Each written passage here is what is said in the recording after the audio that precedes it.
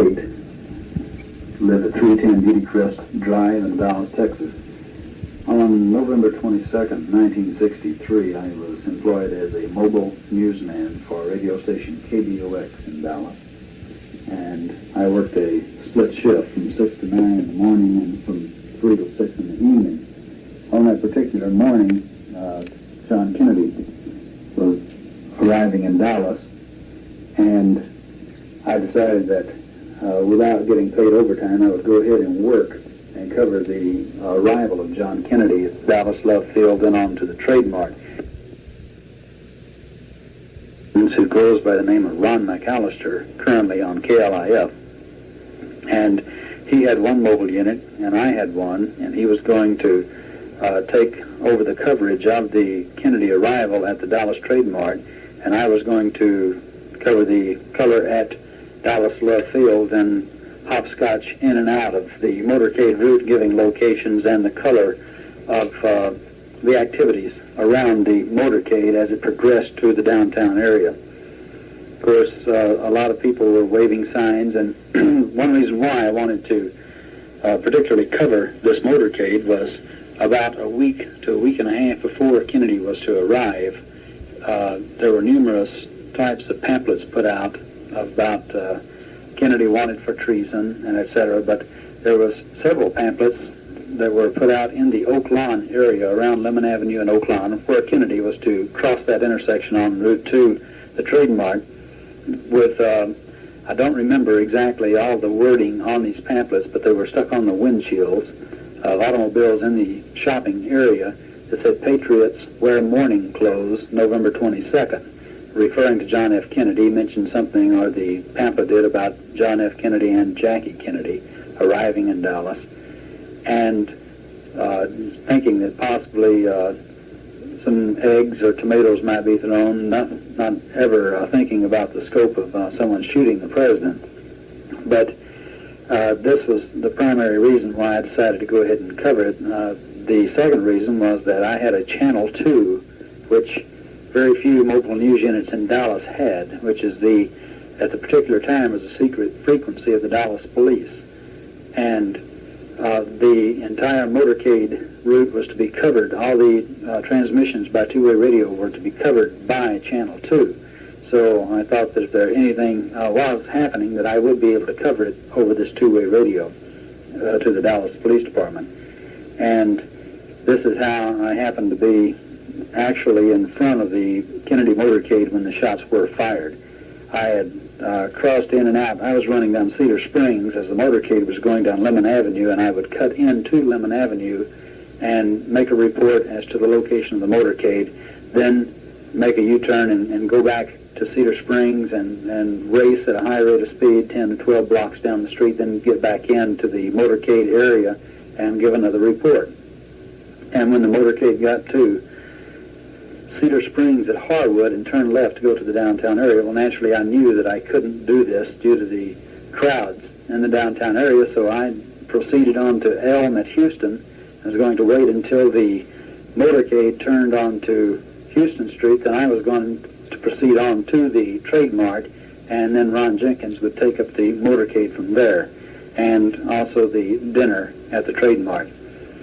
And just as the motorcade was turning on to Houston Street off of Main, then I crossed Houston on Elm, going toward the Triple Underpass and onto the Trade Mart. And at the particular time, it was right about 12:30, because we were just going out of our 12:25 newscast. It lasted from 12:25 to 12:30. It could have been just a few seconds long, but just as they were closing out the newscast, well, they turned it over to me to make another report on the motorcade location. While I was giving the report, then all of a sudden the shots were fired. I was watching through my rearview mirror. I didn't really hear what you might say distinct shots or sounds of this nature, because I had the windows rolled up so that the quality of the broadcast would be good. And I just happened to be seeing things through the rear view mirror of the station wagon. I noticed that as the limousines began, looked like they were about to pick up speed, there was a puff of smoke came from a gutter area almost at the entrance of the triple underpass, between the triple underpass and the school book depository building, as the motorcade was making a curve. And then the police unit, I could hear it in the background, with sound like Bill Decker issuing instructions, and possibly Chief Curry issuing instructions for the men to get up in the railroad yards and see where the shots came from the motorcade. And the siren started. Then I tried to get out ahead of them and back up to the school book depository building, because someone had mentioned something on the air of the school book depository building. I drove up on Stemmons Freeway ahead of the motorcycles and the limousines, made a U-turn, and was going back the wrong way at a high rate of speed toward the school book depository building as the limousines passed me.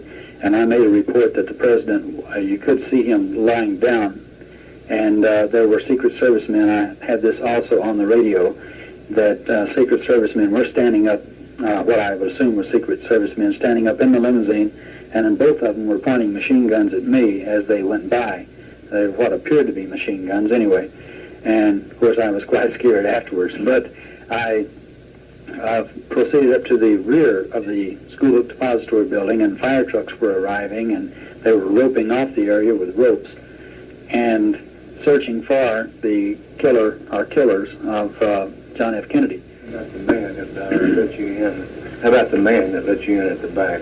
Said there hadn't anybody come out there. You were the only one that had been in that area at the time, and nobody come out of the building yet. He was a switchman or an engineer or fireman or something with one of the railroads, and the switch engine was behind the school book depository building, and there were construction barricades erected. I guess it's Houston Street behind there at Pacific, and I was up almost to the school book depository building. And as I drove up, he saw that I was a radio station employee, and he moved the barricade so I could drive on through and place the barricade back after I got in. And I didn't know anything. He had told the FBI that later that he had not seen anyone leave the school book depository building from the time the shots were fired, which he heard, until the time I got there, which was about 2 minutes later, from what he said. That's what he told the FBI. And the reason for this, for them asking me about it, was someone said that they had heard shots and looked up and saw Oswald, and they ran, got to the end of a building across the street and turned and looked and saw Oswald coming out of the building. But the only person who I saw leaving that way down the side of that building, he never stopped to look. He just kept on running up Pacific Avenue toward the heart of the downtown area. And that's the last I saw of the guy who was running, and couldn't give you a description because I really don't remember what he looked like. What took place after this? I mean, that you can remember. What did you do in that area?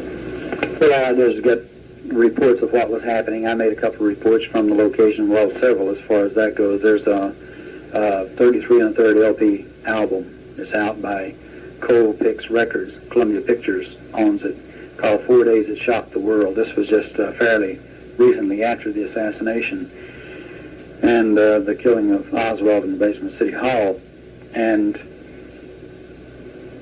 just the reports I was giving is about it, other than I saw a policeman come out of the building with a rifle with a scope on it. Roughly how long was this? After 12:30, roughly how long was this? What time? It must have been about 15 minutes after. Pretty close to it, 15, 20 minutes. Talk that you heard around the school book depository, can you remember if it was from officials or just people standing around as to where they found a rifle, whether it was outside the building, inside, around the grassy knoll area, or west of the school book depository? Do you remember this? Well, there was some report that they found a rifle on the grass outside of the building, like it might have been tossed out of a window of the school book depository building on the far western edge of it. Do you remember this?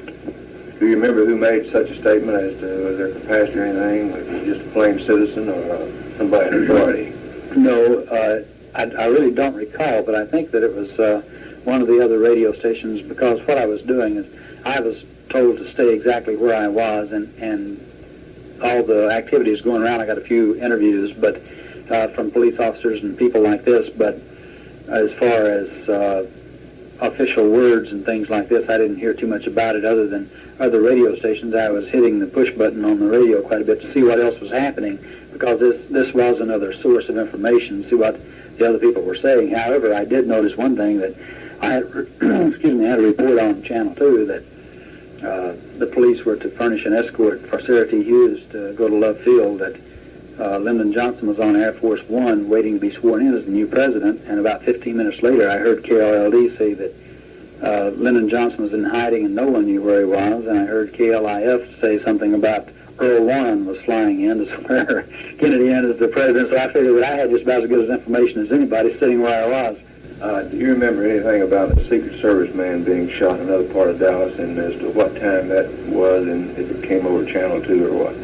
It came over Channel 2, and it was just a few minutes after the shots were fired, and the Secret Service man, that what they were talking about was, they said was a Secret Service man was shot there in front of the School Book Depository building, along with the president, but we were reluctant to say that the president had been shot because of the scope of the nature of the story and the seriousness of it. And we wanted to be darn certain that it was the president, even though you see something, sometimes what you see isn't exactly what you see, and you like to get the official word on it. I remember the report listening to the television. It said that a Secret Service man was shot in another part of Dallas, and this was before the reported shooting of Tippit, if I remember this correct. Is this right or not? Well, I didn't hear that. I heard that a Secret Service man had been shot, and it could have been that I just assumed that it was in front of the School Book Depository building. Okay, now Sam, there's something I want to ask you, and you can answer if you wish. We'd like to know why you didn't say anything as far as to the authority that's seeing the shot from the gutter, the smoke, or as I believe you told me the other night when I had a talk with you here at the house about seeing Tippit and Ruby Oswald and some unknown man together at several different occasions at the Lucas B&B restaurant. This is before the assassination, and I don't think that you recognized Oswald at the time as being one of them. Is this correct? That's correct. The way I remember the whole incident was because Jack would come in and ask for his baked potato, and even the waitress was expecting him, and they put the potato on early because he was particular about his baked potato. How long have you known Jack Ruby up to that time, before his death? I met Jack Ruby about 1954. 64? No, around 1954, 55, somewhere in there. He had the Club Vegas at the time. And by the way, the pamphlet that I mentioned earlier was distributed in the area of the Club Vegas. Club Vegas, the Lucas B&B restaurant in that area, which is roughly about less than a mile from General Walker's home, right? A lot less, yes. All right. What is your own personal opinion on the assassination, Sam? And I believe that you told me in another interview about some person named Bruno and maybe the mafia connections in the assassination. What is your opinion as to what you know and what you've heard around the underworld? I've heard a couple of different stories that seem to tie in almost the same, but the way the underworld works is if you're bothering them, then they try to get you to stop. And if you don't stop, they don't necessarily hit you. They hit your wife or your children or someone that's close to you. And this hurts you more than just killing you, because once you're dead, you're dead. And there was reports that Bobby Kennedy at the time had the Senate Crime Commission going, and he was told to back off. And he didn't. They said, well, we'll get your brother. And he said, you can't because he's president. And he said, hide and watch, so to speak. And apparently somebody got him. This person, Bruno, we don't know whether it's a last name or a first name. It was my understanding that Bruno was supposed to kill Kennedy in Chicago. Is this correct? There was an assassination attempt or planned assassination for Kennedy in Chicago. However, I don't know when it was to go off or if Bruno was the one to do it. But what I understand was Bruno was the one who fired the .45 automatic from the gutter of the near the School Expository building, then escaped possibly by a map that was supposed to have been seen by certain underworld characters that had an X marked out by the post office on Houston at Commerce Street. There was an X down by approximately the gutter area, and an X at the school expository building, and there was another X on a map over by the county jail. Sheriff's office, right? Yeah, the sheriff's office. As to your employment, you seen Oswald, I believe it was Friday night or early Saturday morning at the lineup room? Yes. I guess it was in the morning. It's probably after midnight. Midnight, and you did see Jack Ruby there that night? Oh, yes. Standing on the table. This is in, well, I testified on the Ruby trial as to where he was. He was about 6 feet from Oswald. Oswald was standing on the floor in front of the lineup platform, and he was surrounded by detectives. I had a microphone almost at his mouth as the interviews, the questions, and I happened to look at Henry Wade and David Johnston as they were on the platform, and everyone was looking at Oswald except Henry Wade, and he was smiling and nodding in a sort of a yes-type fashion. And I was curious, just turned around in a room full of people who was there, because there were a lot of foreign reporters and et cetera. And there was Jack standing on the table with a small spiral notebook in his hand, pointing toward Henry Wade, saying, "I'm pretending to be a reporter." And, it's real odd, because they didn't send Jack Ruby out of there, and it was closed to reporters and police only. Going back to the Jack Ruby and Oswald and Tippett and another man, allegedly this other man was this Bruno character. They went to a restaurant called the Lucas B&B on Oak Lawn, and they met there, or I had seen them there several times at night, because I cruised around the radio station. Oh yeah, I knew I knew almost, I guess, 50% of the police officers on the force by first name, because I was in the news, and I'd meet them at accidents and shootings and et cetera, and they all knew me, and I'd get interviews from them and go buy coffee and stuff like this. So Tippett, I knew not real closely, but I knew him, and I had had a few interviews with him at some scenes of activity in the city. But there was a question asked, why didn't I notify the police about the shot coming from the gutter? Well, I wasn't certain that it was a shot coming from the gutter with everything coming out, but this puff of smoke, I saw that come out. Then it was a short time later, several months, that some other persons who were talking about this Bruno mentioned shots coming from the gutter, and I said, well, I saw some smoke coming from there. And I said, well, that was the shot that killed Kennedy because of the angle, and we went down to the gutter. This was long before Garrison's report on the fact that there's a shot could have come from the gutter. Long before then, and I even tried to call Garrison, I couldn't get him on the telephone, and wrote a letter down there about seeing this puff of smoke. But I went to the FBI at one time on some other information, some other people who had a lot of heavy artillery who were arrested during a high-speed chase a few days before the assassination, and they just laughed at me, and no connection whatsoever, because Oswald did it all by himself. So they wouldn't, anything you come up with, they figure you're trying to seek publicity, and that's about it. Well, I don't, about not telling them that you knew Tippett and Ruby and Oswald, and you in your own mind knew that they knew each other, but the FBI was never able to bring anything out as to them being acquainted with each other. What was your reason for not giving out this information, say, before the trial, during the trial, or so forth? Really, I never thought anything about it. It sounds crazy, I guess, that you don't think anything about something of that nature.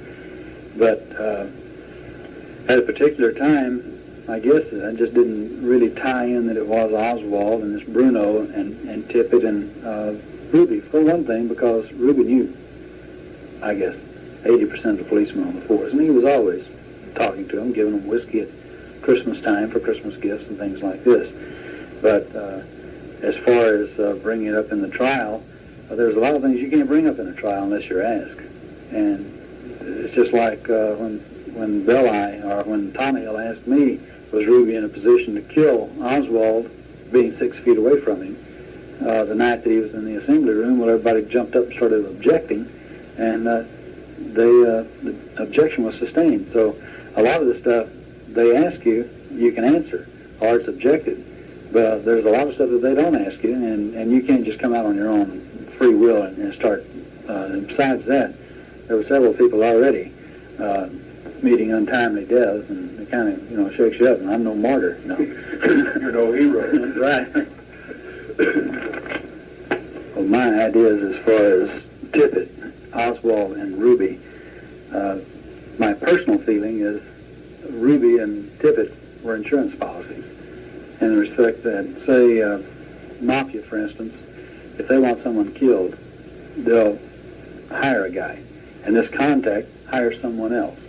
Well, this third party is supposed to do the killing, and if he blotches the job, then the second party kills him and the party involved, or if someone else. But there's always more than two people involved, and I think that Oswald blew his job, and Tippit went after him, and Tippit got shot, so someone else had to take up from then on. So then it was Ruby's time, and he had to plan out his most,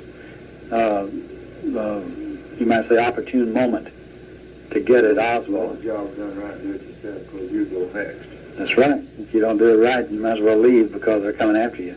All right, give a quick rundown on your employment. Say you were with KBOX, and then as to where you went next, why you think you got fired, and so forth. Well, a guy by the name of Carl King and myself was working he was on the news desk at the time. I was in the mobile unit, and we had the story on the air at the time it happened. No one could have beaten us.